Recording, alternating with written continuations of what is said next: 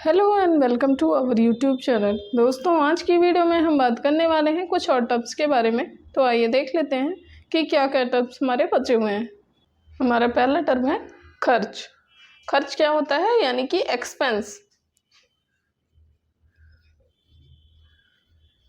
Expense क्या होता है?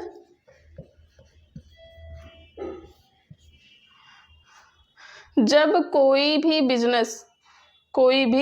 बिजनेस अपनी गुड्स या सर्विस की वैल्यू को बढ़ाने के लिए, यानी जो उसके पास संपत्तियां होती हैं, गुड्स होते हैं, या फिर जो सर्विसेज वो प्रोवाइड कराता है, उनकी वैल्यू को बढ़ाने के लिए जो उस पर खर्च करता है, या फिर जो सर्विसेज वो उपयोग कर रहे हैं उनकी वैल्यू को अगर बढ़ाने के लिए जो भी चीज़ें दी जाती हैं, जो अमाउंट दिया जाता है, वो क्या होता है?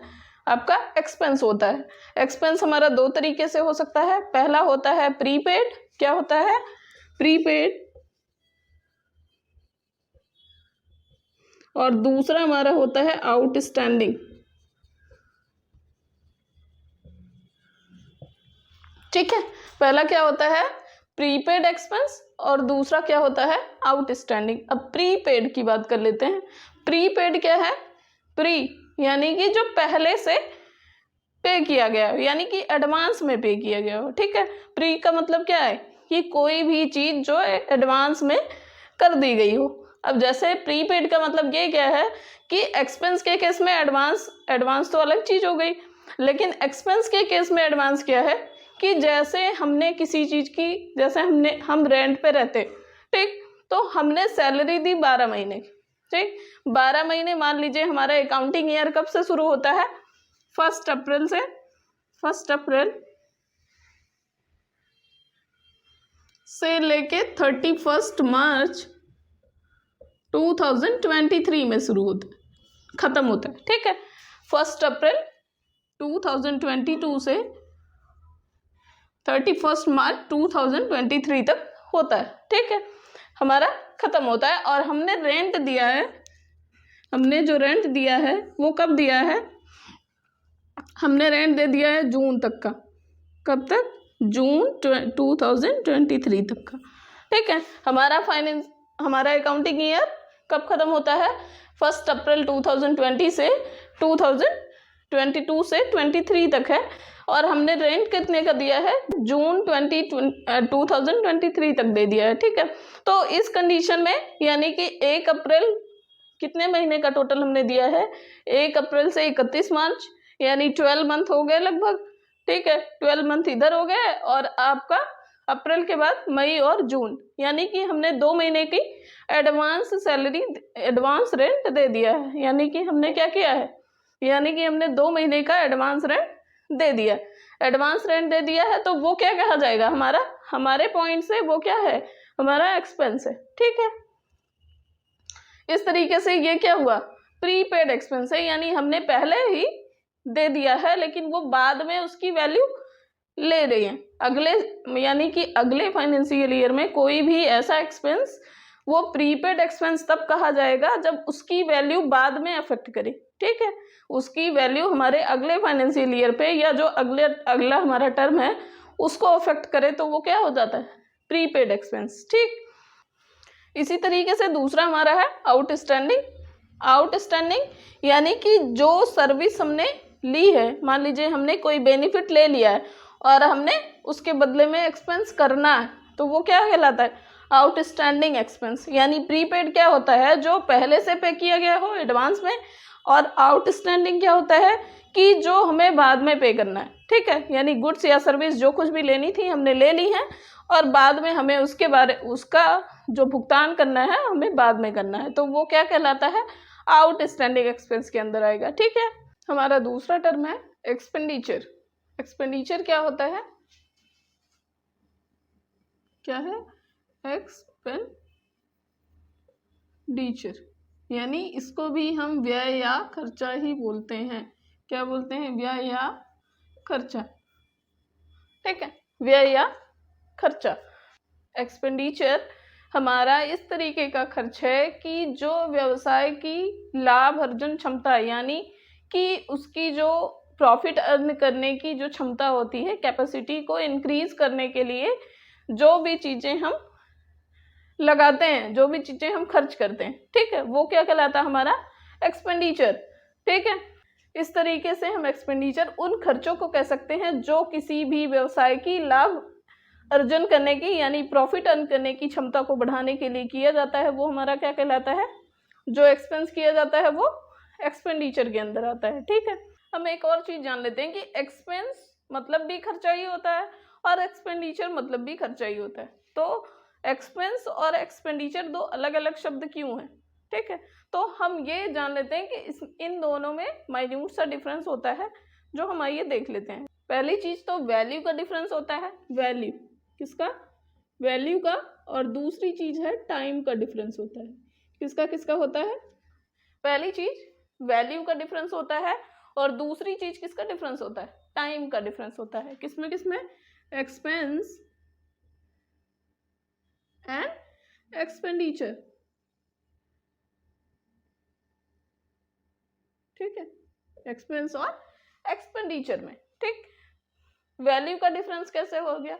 जैसे एक एग्जांपल से समझते हैं कि कोई एक बच्चा है, ठीक है, कोई एक बच्चा है छोटा सा जो स्कूल में पढ़ता है, स्कूल में पढ़ता है, वो अपनी माँ से, मान लीजिए उसके दोस्तों ने कहा उससे कि कल हम पार्टी करेंगे। ठीक, तो वो क्या करता है कि बच्चा जो है घर पे आता है, माँ से 100 रुपये मांगता है कि माँ मुझे 100 रुपये दे दीजिए, मैं कल दोस्तों के साथ पार्टी करूँगा।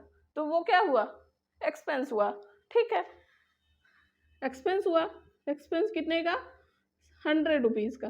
ठीक, 100 रुपीज़ का एक्सपेंस हुआ कि बच्चे ने 100 रुपये मांगा और वो गया क्या करने? पार्टी करने। ठीक, पार्टी किया, खाया पिया और 100 रुपये उसके खत्म हो गए, यानी कि 100 रुपये एक्सपेंस हो गया। वो रोज पढ़ने जाता था, फिर एक दिन क्या हुआ कि उसने देखा कि उसका स्टेशनरी का सामान कुछ खत्म हो गया। तो फिर वो जाता है अपनी माँ के पास और कहता है कि माँ मुझे 200 रुपये दे दो, मुझे स्टेशनरी का सामान लेना है। ठीक है, तो वो क्या करती हैं, माँ देती हैं किसके लिए? फिर देती है 200 रुपये किसके लिए? स्टेशनरी के लिए। ठीक है, स्टेशनरी के लिए, स्टेशनरी के लिए 200 रुपये दिया, वो भी क्या हो गया? एक्सपेंस हो गया। हुआ, ये भी क्या हो गया? एक्सपेंस हो गया। ऐसे ही फिर कुछ दिन बीतता है, तो फिर क्या करता है, फिर बच्चा आता है कि माँ मेरे फ्रेंड का बर्थडे है, उसके लिए मुझे 200 रुपये दे दो। तो क्या करता है, उसके लिए गिफ्ट लेना है, तो फिर क्या करती है माँ? फिर उसे 200 रुपये दे देती है। कितने देती है? 200 रुपये फिर से दे देती है, किसके लिए? गिफ्ट के लिए। ठीक, किसके लिए देती है? गिफ्ट के लिए। ये भी क्या है? एक एक्सपेंस है। क्या है? एक्सपेंस है। ठीक है, तो इस तरीके से माँ ने जितने पैसे दिए, बच्चे ने सारे क्या किए? खर्च कर दिए। ये क्या है? हमारा एक्सपेंस है। क्या है? एक्सपेंस है। क्या है? एक्सपेंस।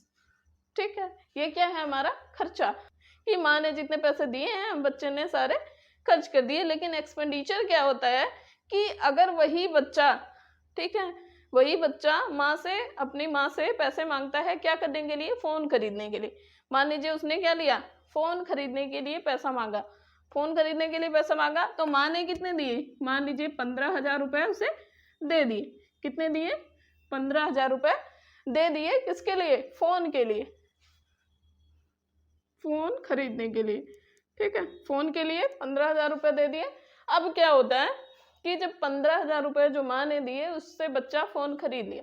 ठीक है, तो क्या ऐसा हो सकता है कि वो आज फोन खरीदा, फिर एक हफ्ते बाद वो फिर से फोन मांगेगा?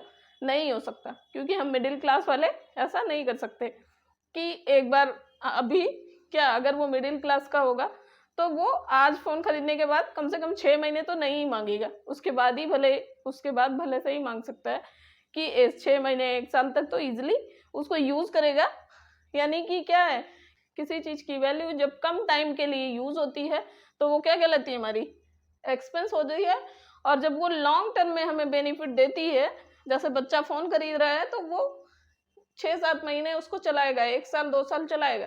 ठीक है, तो उस कंडीशन में क्या होता है, जो उस पे एक्सपेंस होता है वो हमारा एक्सपेंडिचर के अंदर काउंट होता है। ठीक है, तो इतना समझ आया।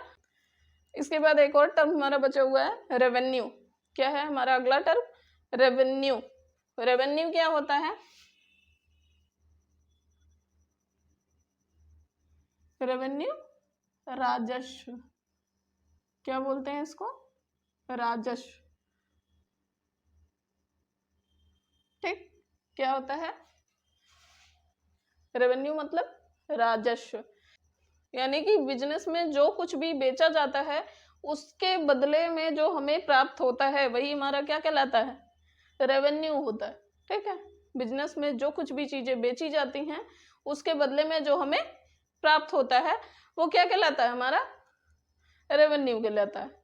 हम ये कह सकते हैं कि राजस्व वह है जिसमें डे टू डे जो भी हमारी आय होती है, जो भी चीजें हमें मिलती हैं, ठीक है, जैसे हमें क्या मिला? इंटरेस्ट मिला,